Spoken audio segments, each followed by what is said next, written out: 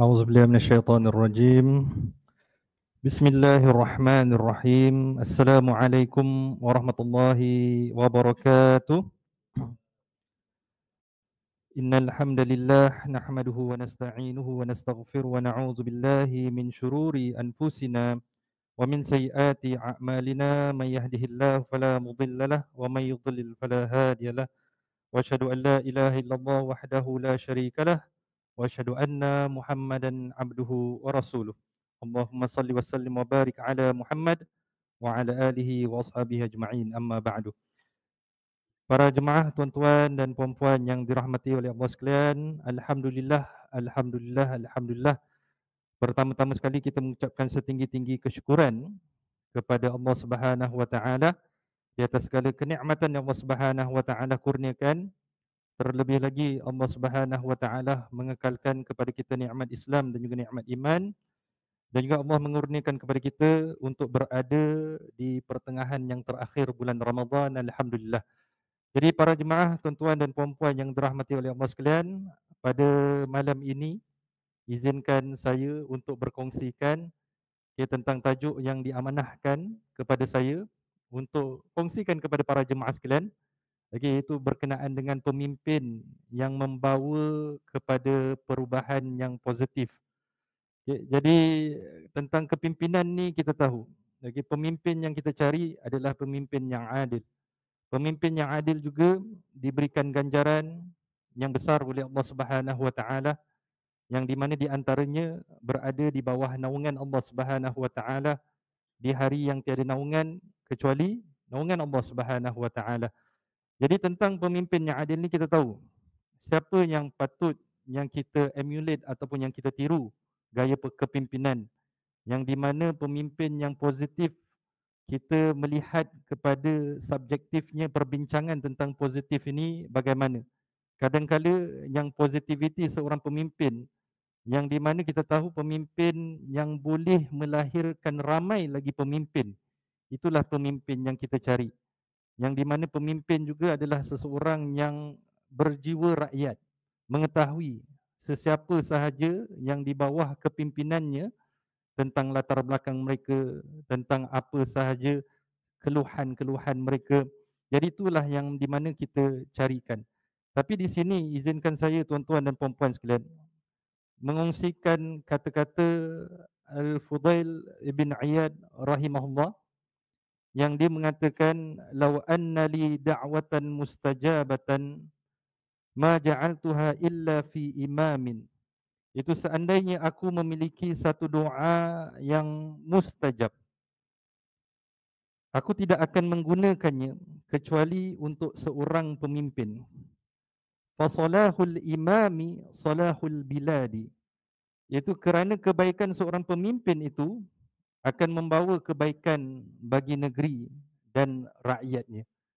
Ini kata-kata Al-Fudail Ibn Iyad rahimahullah. Jadi apa yang kita dapati daripada kata-katanya, yang di mana kita harus ada rasa peduli terhadap pemimpin dan kepimpinannya. Salah satu bentuk kepedulian yang kita boleh lakukan adalah dengan mendoakan pemimpin kita. Okay? Jadi seringkali kita mencari pemimpin yang lebih baik, pemimpin yang lebih adil. Lagi kadang-kala ada yang subjektifnya, yang di mana mereka mencari pemimpin yang boleh sekepala dengan mereka sebagai orang di bawahannya. Jadi itulah yang di mana juga kita mungkin terlupa untuk mendoakan kepada pemimpin kita dan kepimpinannya. Jadi doakan agar mereka diberikan petunjuk hidayah oleh Allah Subhanahu Wa Taala. Doakan agar mereka diberikan kebijaksanaan oleh Allah Subhanahu Wa Taala. Doakan agar mereka diberikan kekuatan untuk memimpin dengan adil serta bijaksana. Jadi kita sebagai orang yang dipimpin, sama ada kita sebagai rakyat, sama ada kita sebagai mungkin anak kapal, kita sebagai orang bawahan, kita sebagai anak dan sebagainya, kita juga harus berusaha untuk menjaga diri kita sendiri dan perilaku buruk, dan selalu berusaha untuk menjadi individu yang berakhlak mulia. Okay? Bukan sahaja kalaupun pemimpin itu tidak menunjukkan akhlak, kita menunjukkan akhlak yang mulia. Dengan begitu kita juga turut serta dalam membangun masyarakat yang baik dan adil. Jadi ini kita menjadi peringatanlah bagi kita, okay, untuk senantiasa menunjukkan sikap dan akhlak yang terbaik kepada sesiapa sahaja yang memimpin kita. Jadi di sini saya membawa lagi satu kisah tentang semasa Umar ibn Abdul Aziz rahimahullah menjadi khalifah. Beliau memanggil Salim bin Abdullah dan Muhammad bin Ka'ab dan Raja bin Haywah. Jadi mereka itu adalah orang-orang yang saleh. Lalu berkata kepada mereka, sesungguhnya aku telah diuji dengan bala bencana ini, iaitu menjadi khalifah. Maka berilah fikiran kepadaku. Jadi di sini kita lihat Umar bin Abdul Aziz rahimahullah, sewaktu dia menjadi pemimpin, dia ada penasihat-penasihatnya. Dan selalunya penasihat-penasihat itu di kalangan orang-orang yang berilmu, iaitu orang-orang yang alim. Jadi di sini dia mengatakan sesuatu lah lagi kepada mereka semua agar memberikan dia sesuatu buah fikiran, okay, supaya dia dapat menyelesaikan ataupun mendapatkan solusi kepada masalahnya. Jadi Umar bin Abdul Aziz memandang jawatan khalifah itu, pemerintah itu, sebagai satu bala bencana baginya. Tetapi kamu dan juga sahabat-sahabatmu memandangnya sebagai satu nikmat. Jadi kadang-kala pemimpin ini merasakan berat tentang kepimpinannya, tetapi yang di mana orang-orang yang sekeliling melihatkan ini adalah satu nikmat daripada Allah Subhanahu Wa Taala. Maka berkatalah Salim bin Abdullah kepada Umar bin Abdul Aziz, sekiranya kamu hendak selamat, maka esok berpuasalah daripada dunia, dan hendaklah kamu berbuka puasa dengan kematian. Jadi ini yang pertama sekalilah nasihat yang diberikan kepada Umar bin Abdul Aziz. Untuk berpuasa daripada dunia itu zuhud, serta berbuka puasa dengan kematian itu mengingatkan hari akhiratnya. Sama ada dia telah menjalankan amanahnya dengan betul, dengan adil, dengan bijaksana ataupun tidak. Maka nasihat yang kedua, Muhammad bin Ka'ab pula berkata kepadanya, jika kamu hendak terlepas daripada azab Allah Azza wa Jal, jadikanlah orang yang dewasa daripada umat Islam sebagai bapamu, dan orang yang pertengahan umurnya sebagai saudaramu, dan yang kecil daripada mereka sebagai anakmu. Jadi hormatilah bapamu, muliakanlah saudaramu, dan kasihanilah anakmu. Jadi ini adalah nasihat yang kedua yang diberikan kepada Umar ibn Abdul Aziz. Ini selari dengan sabda Nabi sallallahu alaihi wasallam, man la yarham la yurham. Sesiapa yang tidak merahmati tidak akan dirahmati. Okey, jadi ini adalah satu nasihat yang sangat baik sebagai kepada pemimpin.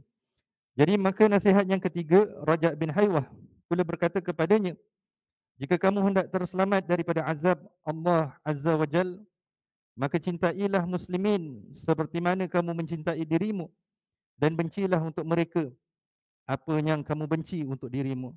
Selepas itu kamu bolehlah mati sekiranya kamu hendak mati. Jadi ini adalah nasihat yang ketiga, yang di mana kita melayan ataupun memberi layanan kepada orang seperti mana kita hendak dilayan, kita hendak dihormati. Begitu juga kita bencikan sesuatu yang terjadi ke atas kita, janganlah kita lakukan kepada mereka. Selari juga dengan apa yang dinasihatkan oleh Nabi sallallahu alaihi wasallam. Maka dengan ini tuan-tuan dan puan-puan, janganlah lupa kita berdoa kepada Allah Subhanahu wa taala. Di antara doa yang boleh kita amalkan adalah Allahumma walli umurana khiyarana wala tuwalli umurana syirarana. Itu bermaksud, ya Allah, lantiklah untuk urusan kami pemerintahan orang-orang yang terbaik di kalangan kami. Janganlah engkau lantik untuk urusan kami orang-orang yang terburuk di kalangan kami. Begitu juga doa yang kita boleh baca, Allahumma ja'al wilayatana fi man khafaka wattaqaka ya rabbal alamin. Itu maksudnya, ya Allah, jadikanlah kuasa wilayah kami kepada orang yang takut kepadamu dan bertakwa kepadamu, wahai Tuhan yang memelihara dan mentadbir sekalian alam. Dan begitu juga kita boleh mendoakan kepada Allah Subhanahu wa taala, Allahumma la tusallit alaina bi dhunubina man la yakhafuka fina wa la yarhamuna. Itu bermaksud, ya Allah, janganlah engkau jadikan pemimpin kami disebabkan dosa-dosa kami, orang yang tidak takut kepadamu dan tidak mempunyai belas kasihan kepada kami. Amin ya rabbal alamin. Jadi inilah sedikit sebanyak nasihat, peringatan yang saya boleh berikan terutamanya kepada diri saya tersendiri dan juga kepada tuan-tuan dan puan-puan sekalian berkenaan dengan pemimpin yang boleh membawa perubahan yang positif adalah pemimpin yang bertakwa kepada Allah dan berlaku adil kepada semua makhluk. Wallahu a'lam. Wabillahi taufiq wal hidayah. Wassalamualaikum warahmatullahi wabarakatuh.